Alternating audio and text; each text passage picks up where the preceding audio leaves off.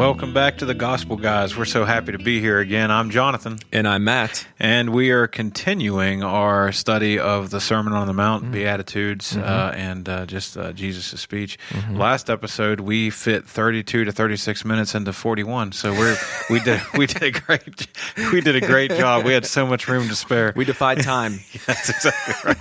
And so today he for some reason he has picked 32 to 36 minutes. That's our goal.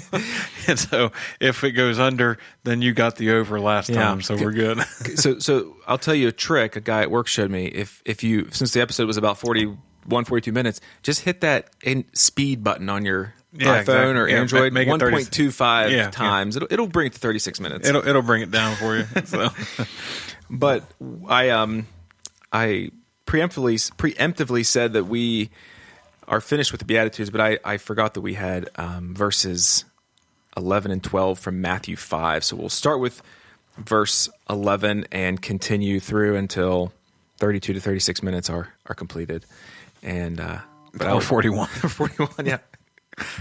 But I'll start there with Matthew 5:11, and this also runs through Luke 6:22. I'll be reading from the Christian Standard Bible. You are blessed when people hate you, when they exclude you, they insult you and persecute you, and falsely say every evil against you because of me, the Son of Man. Those two verses. And we had finished with verse 10, was also talking about persecution, but it seems like Jesus almost like ramps it up here. He just basically, in verse 10, he just said, blessed are the persecuted. Now he's saying even a little bit more, you are blessed when people hate you, when they exclude you, when they insult you, and when they persecute you, these four things. Yeah, and I thought, how does verse 12 say it again? Verse 12, it starts with Matthew 5:12, be glad and rejoice. Yeah, okay. So I just stopped at the end of 5:11 there. Oh, you didn't do 12. Okay, no, I did 5:11 and Luke 6:22. Because I was reading 12 and I'm like, I didn't hear any of those words. Yeah. Okay, there it is. Okay, so 11. Yeah, so I will say that some scholars I read show that there seems to be a shift here, because in verse 11 Jesus adds this plural. Before he said blessed are those, blessed are. Now he says blessed are you. So for some reason he changes direction. I don't know if you noticed that. Yeah. But I don't know if he's just pinpointing now, like, hey, disciples, blessed are you, because they will face this type of persecution. I don't know if everybody in the crowd faced the type of persecution that the disciples faced. I would say no. Yeah, I'd say you're right. But I would say this is probably for the disciples, but it could be like anybody in the crowd could have taken it personal. Sure. Yeah. So Jesus Christ, I just picture this. I don't know if this is right, but maybe when Jesus Christ spoke this, he shifted his gaze maybe to his disciples. Maybe. And no one would have picked up on it, because maybe he was looking around the whole time. We don't know. Yeah. But maybe he shifted his gaze at the disciples when he said this, which maybe perked their ears up. We don't. This is all speculation. I don't know. But you can take it personal. Yeah. Blessed are you. Blessed are you. And this could have been hey, crowd, these are possibilities. Hey, disciples, these are guarantees. Because they were all hated. They were all excluded. They were all insulted. They were all persecuted. All of them died vicious, murderous deaths. All speak against falsely, just like Jesus. So. Yeah. So to begin this, I think just things listed here, I think definitely had happened to the 11, excluding Judas. It's almost like he's giving them this glimpse into the future. Like, here's what's going to happen. And all of these things happened because they link themselves to Christ. So look what happens when you link yourself to Christ. Other false religions, you link yourself to false religion, it's a lot of prosperity, it's a lot of goodness, it's a lot of great things. We're not saying Christianity is not those things. We're saying that there also comes persecution with Christianity. Yeah. I mean, think about this moment with these disciples. I mean, could you imagine being in some of these stories with them where you're just like sitting at the feet of Jesus and you're just taking it in? He was giving them the goodness to prepare them for the bad, and I think that's our lives too. if you're in a season of peace, if you're in a season of like, man, God has just been so good. I'm not trying to be like, negative, but he's doing that because there's seasons coming that are not. And remember these seasons. Remember why you're doing what you're doing. Remember who you're doing it for. Yeah. That peace that God gave you when he was present with you is the same peace you can have when you're in the storm. So, side note. Yeah. And he continues in this falsely. I mean, I've had people say false things about Jesus. I hear it all the time. And even false things about, if you're a Christian, you must be, fill in the blank. Whatever it might be. It's just a lie. It's falsely saying evil things because of Jesus. Well, especially in this political landscape we live in.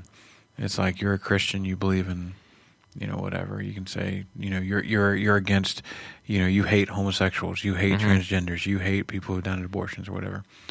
And that's that's kind of like a, low-hanging fruit, that I'm giving. There's other things, but that's not true. Right. Unfortunately, a lot of people who have claimed to be Christians have made it seem so to be true, but we have to remember what a Christian is. Anything a person does that's not Christ-like, he's no longer a Christian when it comes to what a Christian was.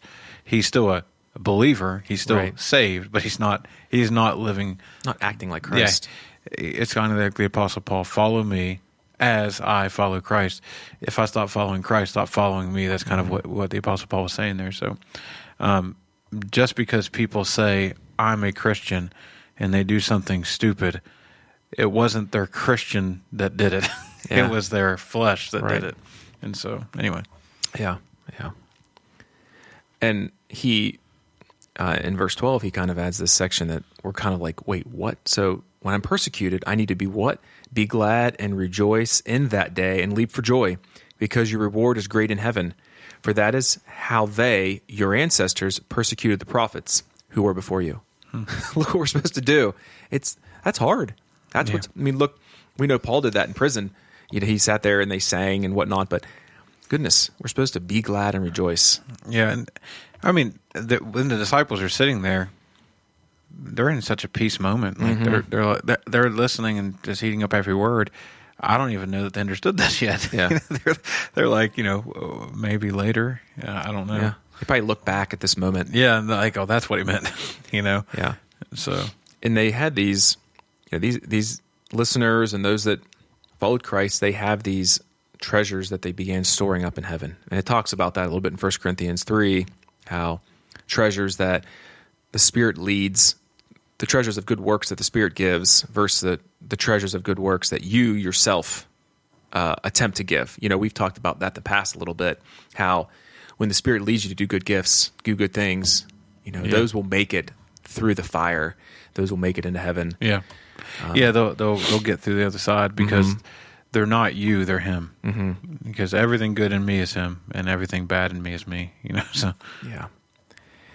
And he throws this section, and this is how your ancestors, persecuted the prophets who were before you. And he's bringing it back to the Old Testament, to where Jeremiah, Ezekiel, Isaiah, Elijah, all these men were persecuted they didn't know the name Jesus Christ, but they were pointing to him, but they were persecuted for believing in God. Yeah.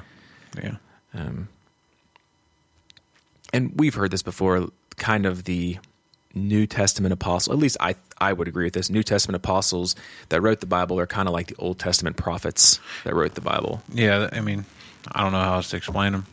I mean, it's just, it's who God touched to write. Yeah. So he continues so here Matthew takes a small break in our narrative. So I'm going to basically take over. This will be Luke 6:24, 25, and 26. So if you need to flip over to that section there real quick. Luke, what is Luke 6:24, 25, and 26. Yeah. I'll just do them verse by verse. 24. These are the woes, you could call them. But woe to you who are rich, for you have received your comfort. So there's these four woes that kind of maybe a heading in your Bible might say. And he uses these to contrast the blessings. So he gives the blessings and then he gives the woes. And look what he does. Remember he said, blessed are the rich. Now he's saying, woe to the poor. Because the rich, they choose the comfort of the world over the suffering of Christ. Yeah. Let's see. I'm looking at verse 22. Yeah. Did we read 22 of Luke 6?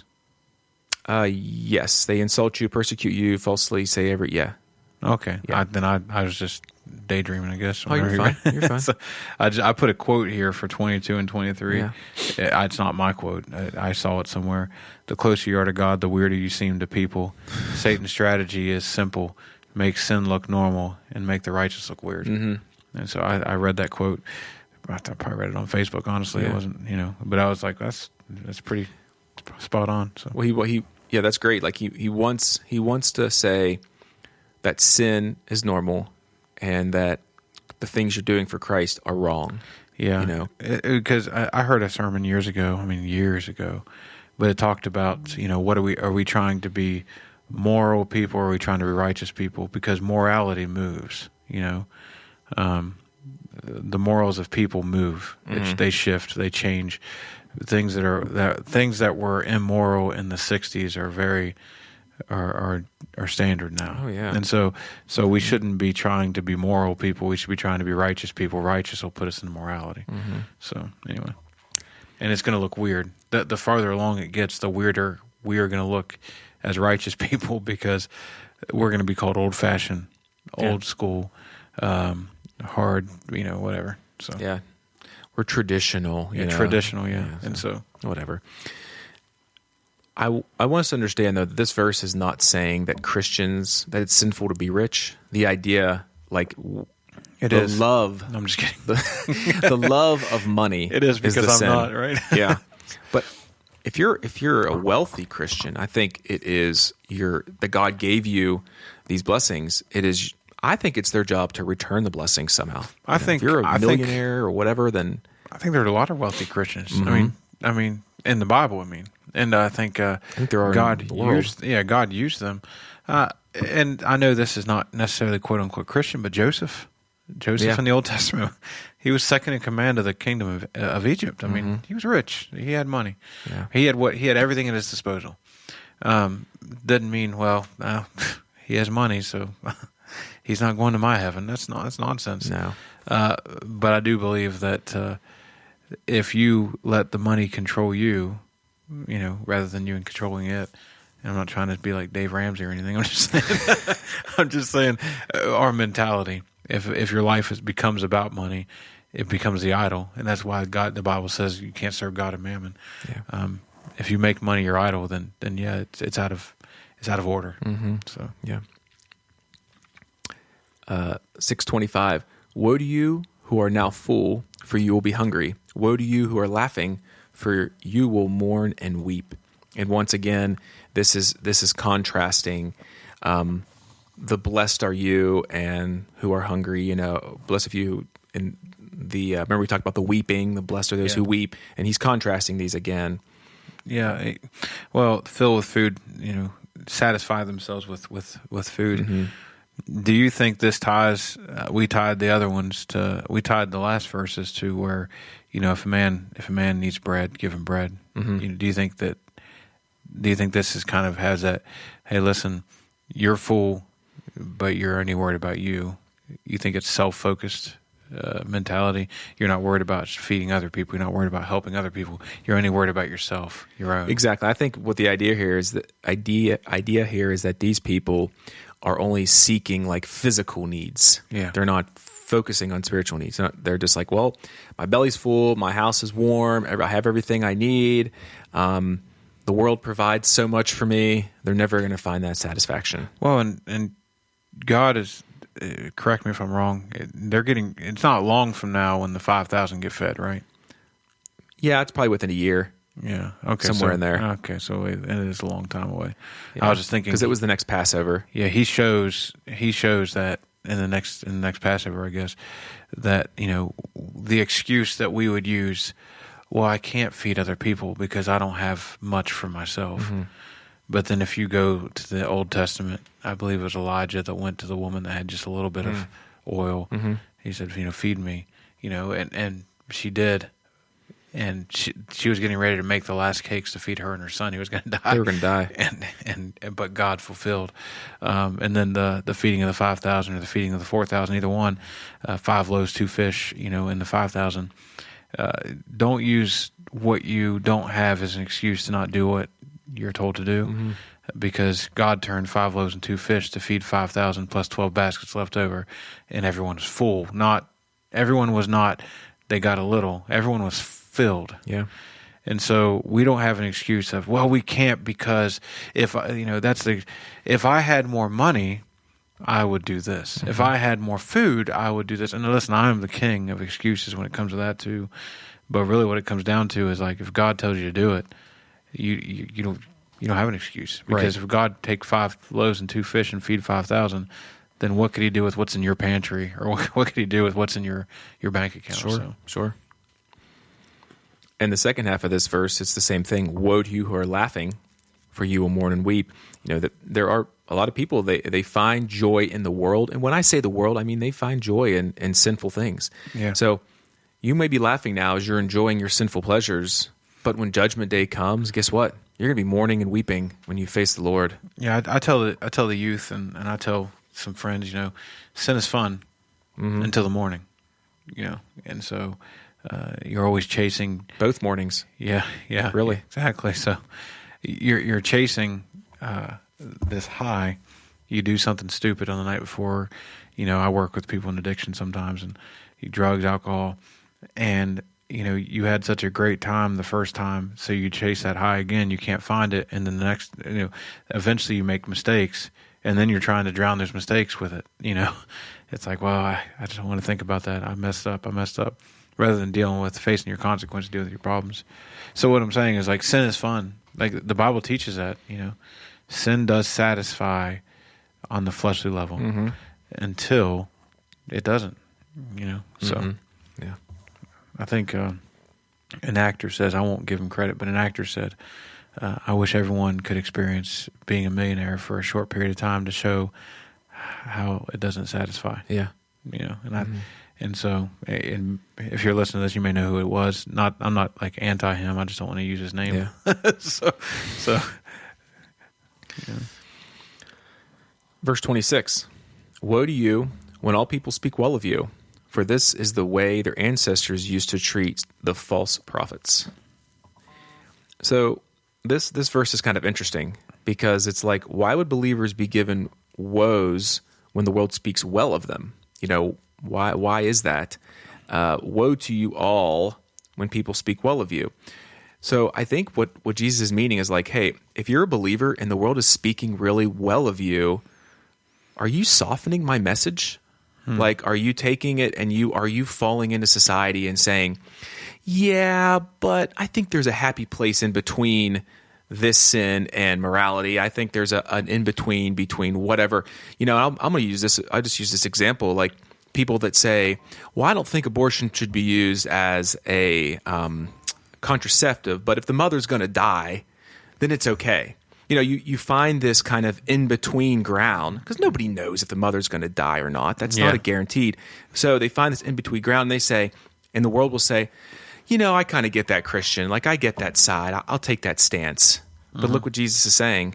The world speaks well of you as a Christian. What is that saying about you? Yeah. Well, and that's the thing. I said that, that may have been the last episode, may have been this episode, is how my mind works. But it is hard to not want to be liked. Mm-hmm. When I preach, it's not like I want people to come up and say, I hate you. No. But at the same time, I do. I don't want to. It sounds bad when I say I enjoy. I enjoy when a sermon convicts me. As a Christian, I enjoy. Man, that was powerful. That was good. Man, sure. God, I need to shift in these areas. Lord, I need your help. And so, the greatest compliments that I get as a preacher is if someone says that one really, man, the Lord really convicted me, or or whatever. It's like that. Those are like the greatest compliments, because it's like, okay, Lord, you spoke, because I'm not the convictor, you are. Or if that sermon really comforted me in a righteous way, not in a hey, just keep sinning, it's no big deal. My favorite sermon right now, probably, that I'm preaching, is on the Samaritan woman. Mm-hmm. Just because she was a woman of ill repute, and God turned her life around. Yeah, and that is a recovery passage, because you look at these people that think that they can't be saved, they can't be used of God because of their past or what they've done, and you pull that passage out, and you're like, holy cow, God can save me. God can use me. So I think it's beautiful. We shouldn't shift the scripture to make us feel better, but speak the truth in love still exists. Still exists. And he uses this Old Testament, and I will just say here that I think part of this is what we would probably call the prosperity gospel. Yeah. People that go on televangelists and stuff. These, I think, is what Jesus is speaking.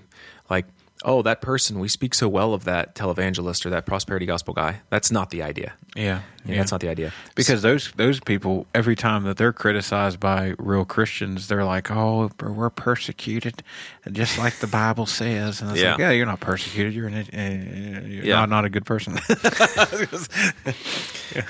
And Christ uses the example of the false prophets of the Old Testament. Essentially, like, there were a lot of false prophets that would pretend or say, oh, I speak for God, and when they really didn't, and that's the same idea. What if one of those platform guys got saved? I mean, think about that. I'm not saying I'm not in the business of saying they aren't, but their fruits don't represent that. Well, I'm in the business of saying I don't believe the big Texas guy is, and so again, I'm not trying to mention names. I don't think he is, but what if he got converted, like truly righteously converted? The reason I don't think he's saved is because he doesn't preach the gospel. Right. He preaches a false gospel. So if he got truly converted and saved, how many people he would, at least for a short period of time, that he would be able to share the true gospel with in one fell swoop, because everyone's going to listen. And if he repents, publicly says, I've been wrong, and Jesus Christ is the only way to heaven, blah, blah, blah, and with no apology or whatever, that would get millions upon millions of people. Anyway, I'm just saying, maybe we should pray for these people, that they get saved. I'm not the righteous one that's been praying for Joel Osteen. Just to be honest with you. And so I mentioned his name. You can cut it out later if you want. I don't care. So, but if he got saved, man, what an impact he can make. Yeah. So we're back to Matthew now. Matthew 5:13. You are the salt of the earth, but if the salt should lose its taste, how can it be made salty?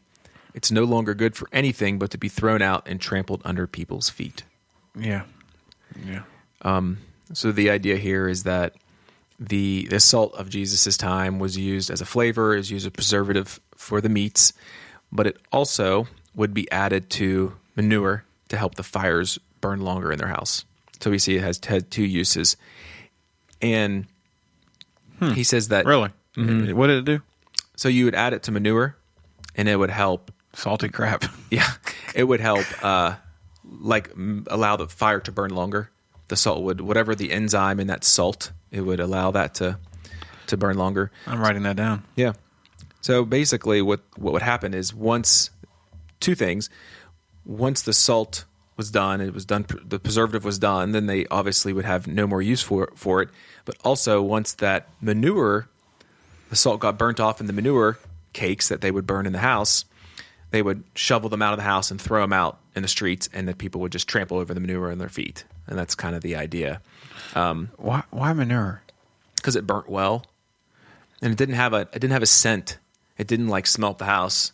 Okay. I don't know what animal this would have been, if it had been a cow or a sheep or what, but I'm just like, I don't want to smell, Yeah, but they somehow mixed that salt. Is that where air fresheners came from? I mean, if my source is incorrect on these things, I've read a few different sources, but if it's incorrect, I apologize. Well, I just never heard it. I'm not saying it's wrong. It's interesting. I think it's really cool. If it's true, it's cool. If it's not true, it's still cool. But it's not true. But he's telling these people, you aren't to lose that saltiness. If you are longing to be in pursuit of reaching the world with the gospel, then the idea is that you have to remain salty. You have to be full of flavor. And we need to be that same way.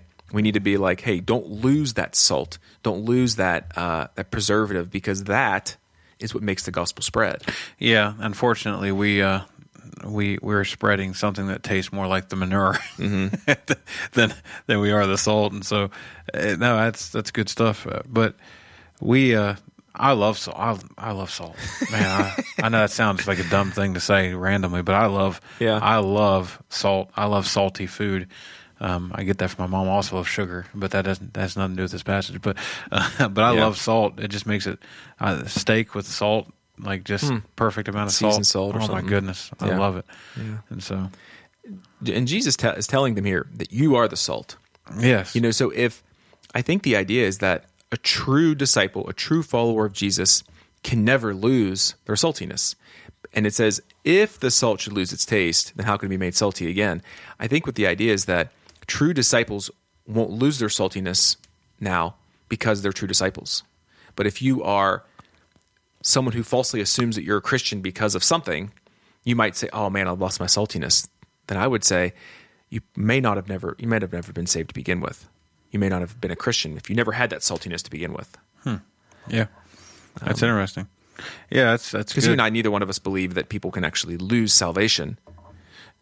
So I don't think that people can lose saltiness if you kind of equate the two. Oh yeah, no, you can't lose what you did not gain. You did not earn. You did not earn. It was gifted. And so that's very possible that that's the interpretation there. But I just never. I'm still kind of stuck on the poop, on the poop salt. But it says trodden under the men's feet. It does make sense whenever you look at it that way. Yeah, so it's interesting. And I don't want to read into these verses more than Jesus is saying these in a passing. It wasn't like he sat and it doesn't seem that he sat and explained every single verse. So we shouldn't look too deep into them, I don't think. No. To where we're drawing every single little aspect. Another thing. This is me. Another thing that salt does, it makes you thirsty. Yeah, and I feel like there was I used to do sales training or whatever, and there was a salesman story that I may have told this on this. I don't remember. I tell this story randomly, so if I have, I'm sorry you're here again. But where a salesperson was training a kind of a junior salesperson, and he told him how to sell the stuff or whatever, and sent him out to the house. And the salesman came back and he said, "Well, how'd the appointment go?" And the salesman said, "Well, they didn't buy." And he said, "That just shows you can lead a horse to water, but you can't make him drink." And the manager said, "It's not your job to make them drink; it's your job to make them thirsty." Mm-hmm. And so, I think we as Christians, it's not our job to make them saved, but it is our job to make them thirsty for it. We can't save anybody, but we are to be obedient to Christ. Yeah, so be obedient to share the gospel. So that's a side note. Yeah. And also, if we are the salt of the earth, salt increases blood pressure. So a lot of times Christians will say things that increase the blood pressure of other people. I know it increases mine. Be a Christian that increases people's blood pressure for the gospel. Yes. Don't be afraid to make people scratch their heads, or because people are going to be upset about the gospel. Well, it convicts. The thing about this, ye are on both these verses, ye are, make it personal.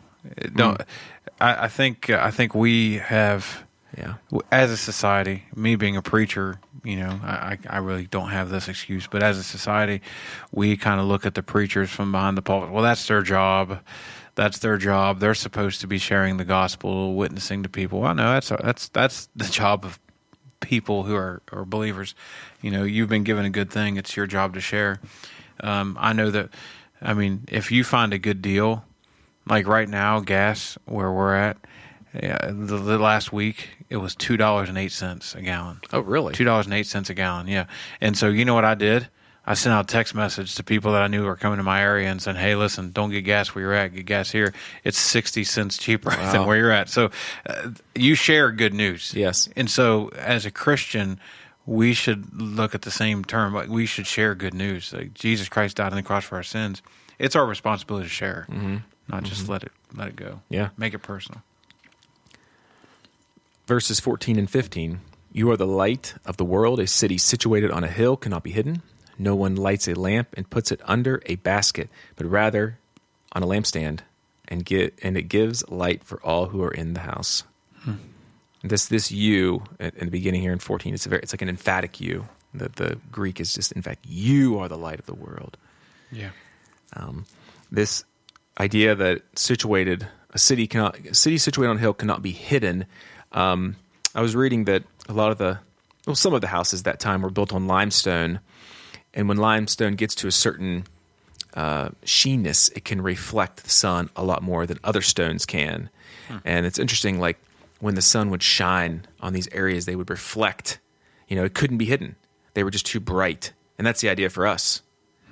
That's good. We're the light of the world. We are to reflect Christ. We can't be hidden. We need to shine. Yeah, that's good. That's good. I just have a note that, like, salt gives ability to enjoy taste. Oh, I'm sorry. I moved on without asking you. Oh, no, you're good. Salt gives the ability to enjoy taste, and salt also goes on to give flavor, and light gives ability to enjoy sight, and light goes forward to give direction. And so, we're not just random things. We're the light of the world, we're the salt of the earth. They have purpose. We have purpose.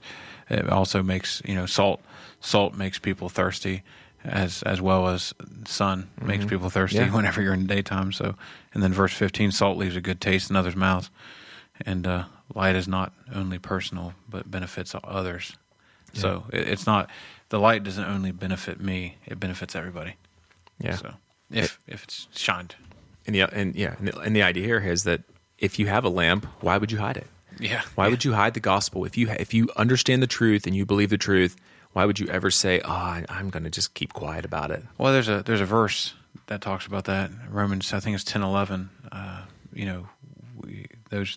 can't. Maybe it's not 10:11, but it talks about shall not be ashamed. And then there's another verse. It says, "I'm not ashamed of the gospel of Christ. Is the power of God unto salvation to everyone that believeth." So we shouldn't be ashamed, of the gospel. Now I'm going to look up Romans 10:11. I know it's Romans 1:16 is the second one you read. I'm not ashamed of the gospel. Oh, okay. So verse 10:11 does say, "For the scripture saith, whosoever believeth on him shall not be ashamed." So it does say that. I knew it did, but sometimes I even get insecure in my mind. Yeah. So, but yeah, we wouldn't be ashamed. We shouldn't be ashamed. I have a generator at my house now, and if the power goes out in my neighborhood and it's freezing cold outside, and people see my light on, they're going to be attracted. Yeah, because hey, they have power, we don't have power. We should go knock on their door. So that's kind of the idea of the light attracts. So yeah. It's just so great how Jesus makes it so practical too. I'll give them salt if they come. I just love how he makes it practical. Just such a simple analogy. It's almost like, well, no one would put a light under a basket. Yeah. Why that doesn't? There's what's the song? Hide it under a bushel. Yeah. No, yeah. I'm gonna let it shine. Yeah. So, let's do verse 15 and 16 and 17, and then we'll call it an episode. Sound good? Whatever you say, sunshine. Don't put me under a basket. That's right. In the same way, let your light shine before others, so that they may see your good works and give glory to your Father in heaven. I'll stop there. That's the idea of our light's supposed to be spreading. It's not supposed to be kept to ourselves. Right. So. Yeah. And he references in the same way, like he points it back to the previous verse, in the same way that a lamp shines, you need to let your light shine. Don't be put under the basket. And if someone puts you in a basket, burn through that basket, Yeah. Light that basket on fire and get through.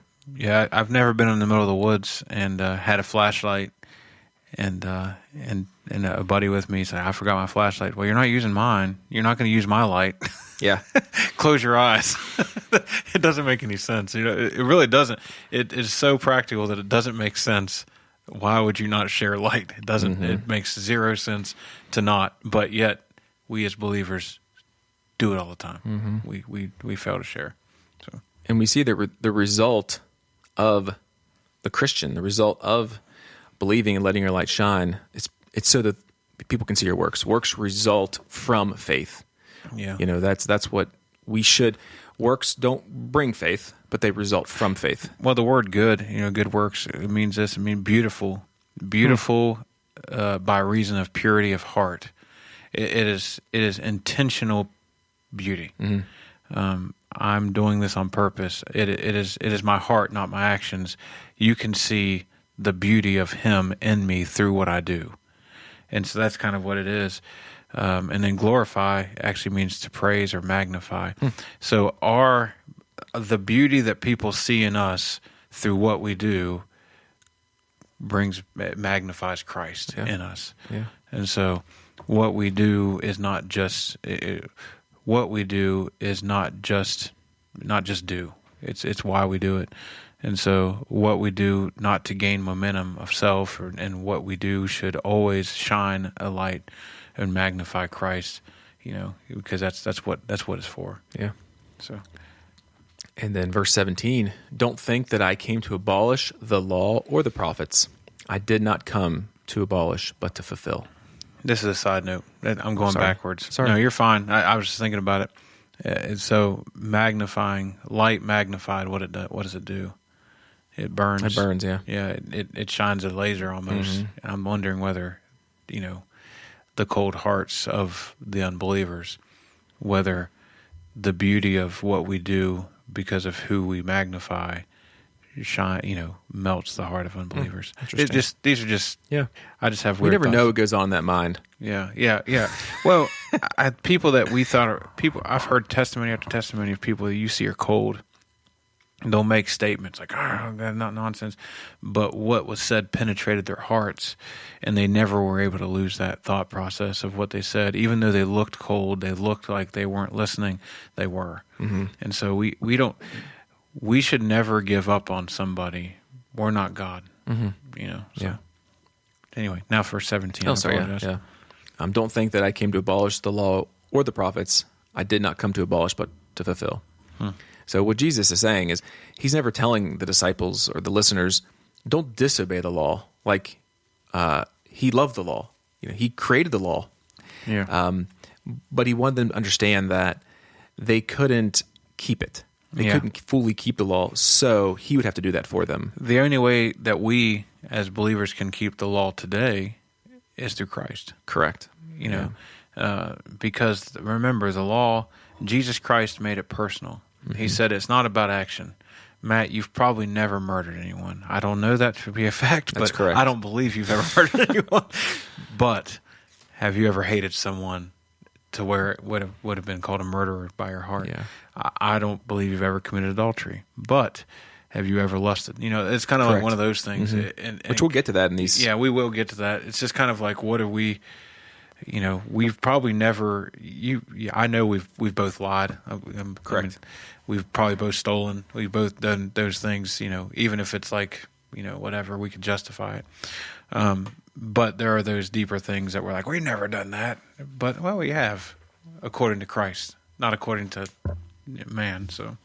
And the next episode will kind of get to that. Yeah. In Well, verse we'll get 18. there. The next episode will get to that. But so Jesus didn't come to abolish the law. He wasn't there to get rid of the law. He came to fulfill the law. And he's the only one that could perfectly keep it. And that's Absolutely. the idea right here. He was the second Adam. So. I think we're good for the episode. I think so too. Yeah. What did we squeeze this 32 to 36 minutes into? Almost 40. Close. Hey, listen, we're consistent. We're trying. We're trying. But if you need to reach us, or if you just want to drop us a line, encouragement, whatever it might be, we are at thegospelguys5@gmail.com. That's the number 5 at gmail.com. Yeah. Looking forward to next time. Yes. God bless. Take care.